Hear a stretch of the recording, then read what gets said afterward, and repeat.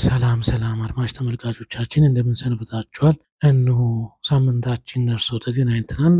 ባለፈው ሳምንት ጭጋግና ጠል ከተሰኘው አጫጭር ልብ ወለድ ውስጥ ክፍል 4ን አስደምጠናችሁ ነበር። ዛሬ ደግሞ ክፍል 5ን እናስደምጣችኋለን። ወደ ክፍል 5 ከመሄዳችን በፊት ግን ክፍል 4 ውስጥ የነበሩ ታሪኮችን ቀንጨብ አድርገን እናስደምጣችኋለን። አብራችሁን እንድትቆዩ የአክብሮት ግብዣችን ነው። አቤት ጉራው! በዛ ላይ ሲስቅ ራሱ ሰውነቱ ይንቀጠቀጣል። ቡርቴን ለማማገጥ አደፍርስ ተዋውሏል። ውሎ ምንድን ነው ቢሉ ደግሞ የወር እቁብ መክፈል። ቡርቴ ስራዋን ጨርሳ ብትዘጋም አደፍርስ ጅኑን ብብቱ ስር ይዞ መጣ። አንኳኳ፣ ተከፈተለት። ባይኖርም እንኳን ሽሮ አፊልኝ አላት። ብርቄ ብታቅማማም እሺ ብላ አስገባችው። የያዘውን ጂን ከፍቶ በጋራ እንጠጣ ብሎ ስላስጨነቃት ቡርቴ ፈቃደኛ ሆነች። አብረው መጠጣት ጀመሩ። በመሃል ለሽንት ወጥቶ ሲመለስ መጠጡን ጨምሮ እራትም ደርሶ ነበርና አብረው በልተው በስካር እንደደከመ አስመስሎ እጇን ያዛት። ቡርቴ አብረው ትተኛ ይሆን? በቀጣይ ክፍል የምናየው ይሆናል። ክፍል 5 አሁን ይጀምራል።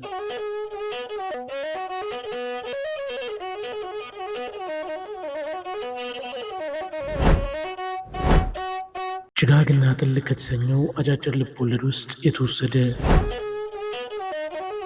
ደራሲ አዳም ረታ፣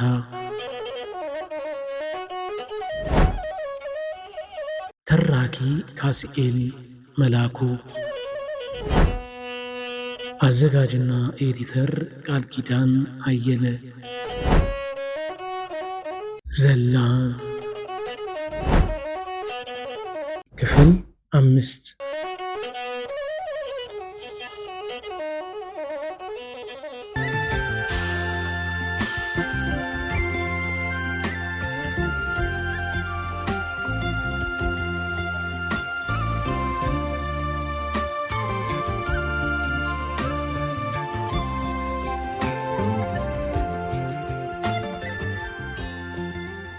ራት ሲደርስ አብረው ከበሉ በኋላ በስካር እንደደከመ ሁሉ እጇን ያዛት።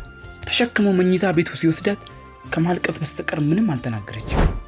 ሰኞ ጠዋት ስራ ሲመለስ እቁቡን እንዲከፍል ጓደኛውን ጠየቀው። 1 ወር ያህል አብረው ቆዩ። ጸነሰች፣ ተሻለም ጸነሰች።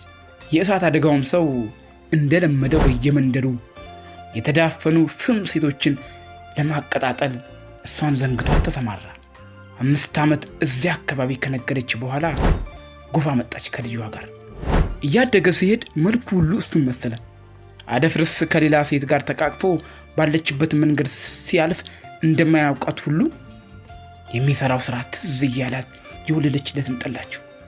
የህይወትን ትብትብነትና ሸር እያወቀች ስትሄድ በዚያች ዕለት ምሽት የሰራት ስራ ሁሉ ተንኮልና ማስመሰል እንዳለበት ስታውቅ አንዳንዴ ታለቅሳለች።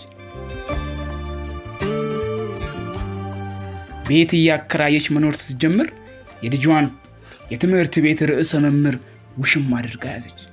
ትናንትና ትምህርት ቤት ዲስክ ላይ ተኝተክ እንደሌላ እንደሚያስቆጥርባት ታውቅም አለው ዳይሬክተሩ በቁጣ እያየው። ሌሎች 2 አስተማሪዎች ርዕሰ መምህሩ ጠረጴዛ ፊት ለፊት የብረት ወንበሮች ላይ ተቀምጠዋል። ተሻለ ከነሱ ራቅ ብሎ ግድግዳ ጥግ ቆሟል። ርዕሰ መምህሩ መላጣ ነው። ሉጫ ጸጉሩን ከኋላ ጎትቶ በማበጠር ግንባሩን ለመሸፈን ሞክሯል። ከቀጭን ጠፍጣፋ ጸጉሩ ጣውላ ስር ጭንቅላቱ ቆዳ አልቦታል። አትናገርም አለ ደገመና 2 ክንድ ርዝመት ያለው እንደ መግረፊያ የሚያገለግለውን ቀጭን መኪና ጎማ ቁራጭ ያወዛወዘ። ማደሪያ የለኝም። እናትህ ከሷ አልፎ ለሌሎች ማደሪያ ትሰጥ የለም? እፈራለሁ። አፍንጫውን እያከከ ምን ያስፈራሃል አለ ሌላው አስተማሪ። አይኖቹ ሸውራራ፣ መሬት ሲያይ ጣሪያ የሚያይ፣ ጣሪያ ሲያይ መሬት የሚያይ የሚመስል ትልቅ ፍልስፍና እንደተናገረ ሁሉ አናቱን አመልካሽ ጣቱ ላይ አስደግፎ ያጠፋው ከሌለ ምን ያስፈራሃል አለ። ይሄ የማይሰራው የለም። ባለፈው ጊዜ ከተቀመጠበት ተነስቶ ወደ ልጁ ሄደ። አይኖቹ ተቅለበለቡ። እጆቹን አንድ ጊዜ እግሩ መሃል ያደርጋል፣ አንዴ ራሱን ያክባቸዋል። የርዕሰ መምህሩ ረጅም ሰውነት እላዩ ላይ ወድቅበት መሰለው። ማልቀስ ጀመረ።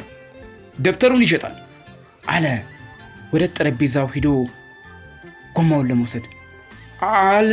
አልተገዛልኝም። ደብተር ተሸክመ ትመጣ የለም ትምህርት ቤት በፊት አለው ሶስተኛው አስተማሪ በስካር ብዛት የተጣመመ የሚመስል ፊቱን የደፈረሰ አይኑን ያገለባበጠ። የኔ አይደለም። ታዲያ ማን ነው? የልጆች የጓደኞቼ ነው። እንዴት? አለ ዳይሬክተሩ። ኪራይ ስሸከምላቸው እንዳጠናበት ያውሱኛል። ሰካራሙ በተደነቀ አይነት አንድ ጊዜ አስተማሪውን ሌላ ጊዜ ርዕሰ መምህሩን አይቶ እናትህ ጠዋት መጥተው እንደሚገዙልና በትክክል እንደሚያስተምሩ ነው የተናገሩት። የርዕሰ መምህሩንና የእናቱን ወዳጅነት ያውቃል። ለእሷ ለምን እንደሚያደላ አልገባውም። ከሚቁለጨለጩ ለማኝ አይኖቹ እንባ ፊቱን ሰንጥቆ ወረደ። ለመሆኑ ባለፈው ሴሚስተር እንዴት ነው ማርኩን እስኪ አሉ ወደ ሆምሩም ቲቸሩ ወደ ሰካራሙ ዞር ብለው። ስም ማን ነው አንተ? አለ ሰካራሙ ቲቸር በላይ። ተሻለ ከተቀመጠበት ተነስቶ የተማሪዎች ሪፖርት ካርድ ወደሚቀመጥበት ሄደና በፕላስቲክ ገመድ የታሰረ ጥራት ይዞ መጥቶ ስሙ መፈለግ ጀመረ። ማን አልከኝ? ተሻለ።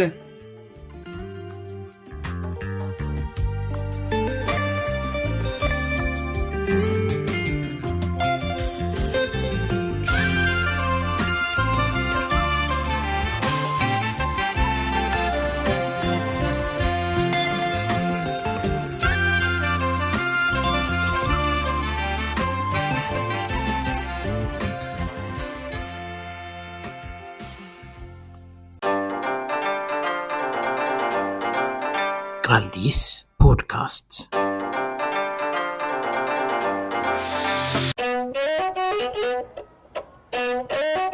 ትዝታውን በድምጽ